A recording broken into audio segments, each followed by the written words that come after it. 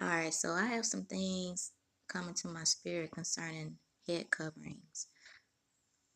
Israelite women in Bible times, living in those lands over there in the desert lands, you got sand and things.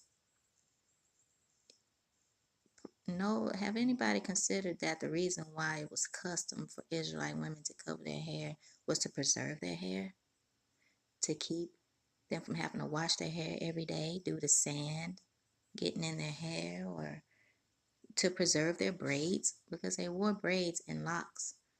So it was just a way to preserve their hairstyles, just like we do when we go to bed. We tie our hair up. It wasn't something that was mandatory. If you had hair, then your hair was a covering.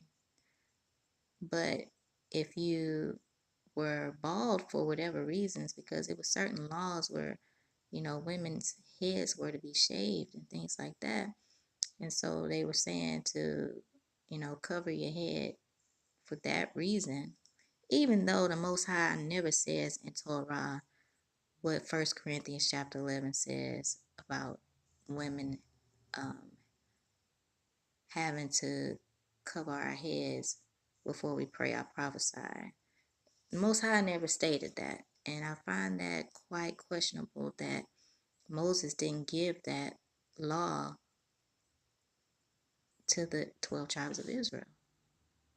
But then Paul gives the church of Corinth this law. I'm just saying, we got to consider the reasons why the women may have wore head coverings versus, us saying today that we should do what our ancestors did and wear them. Why did they wear them? And that will give an idea of, how it applies to us today.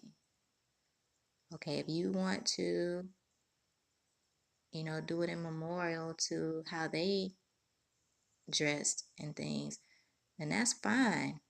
But to say that we all should, when it's possible they had their reasons for why they wore them like that.